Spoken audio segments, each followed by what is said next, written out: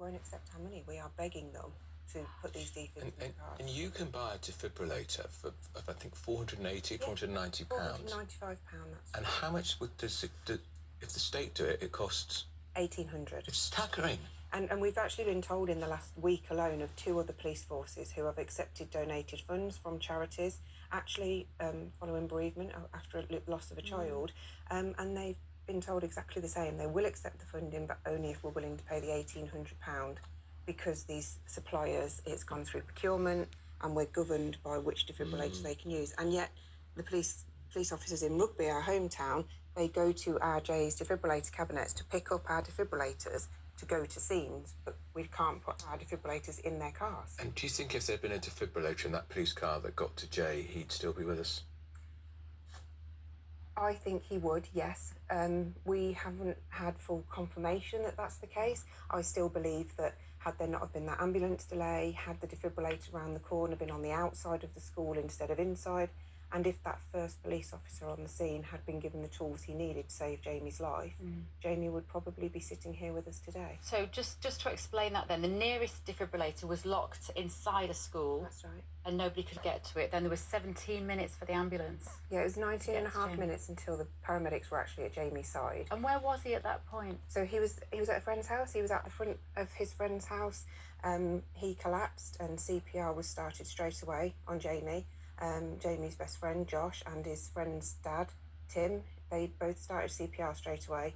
But sadly, the ambulance was stuck in Coventry. And I've actually read a story this morning about over 100,000 ambulance delays caused by handovers at hospitals. That's the situation that Jamie was in. There was 10 ambulances queuing outside Coventry Hospital.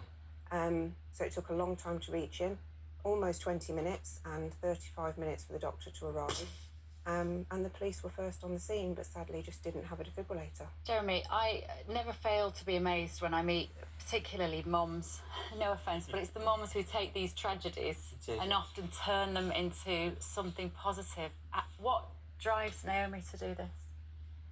Well, it's everything, to be honest with you. It's just one of those things that we still have to keep doing what we're going to be doing for Jamie. As if it's still here. So this is the only way we can keep our mentality really going and drive really. And make something positive out of something so awful. We say it all the time, and he should just be here. There were so many different failings that could have saved his life. When he collapsed, he still had a 75% chance of survival. Jamie didn't have anything wrong with his heart. We lost Jamie due to sudden arrhythmic death syndrome, which basically means at 20 minutes he still had that shockable rhythm, which really hits home with me and tells me had that help have just got to him 5, 6, 7 minutes sooner, he would still be standing here today. He had his whole life ahead of him. 18. What was he going to do? He was training to be a plumber. Right. Jamie, he had the best sense of humour. He was the most loving, caring lad. And everybody who ever met him adored him. He was in college doing plumbing, but not because he wanted to own this huge business. Him and his 2 friends just wanted to set up their little plumbing business, and he used to say to me, I just want to go out and help little old ladies fix their sink. That's all he wanted to do, and he was so good at it. His college has still got all his plumbing work on the wall. They've kept that as a memorial for Jamie, and he was just such a popular lad, and everybody adored him. And as you can imagine, it was just a complete shock. 6 weeks after his 18th birthday, nobody ever thought for 1 second that would happen. And it was New Year's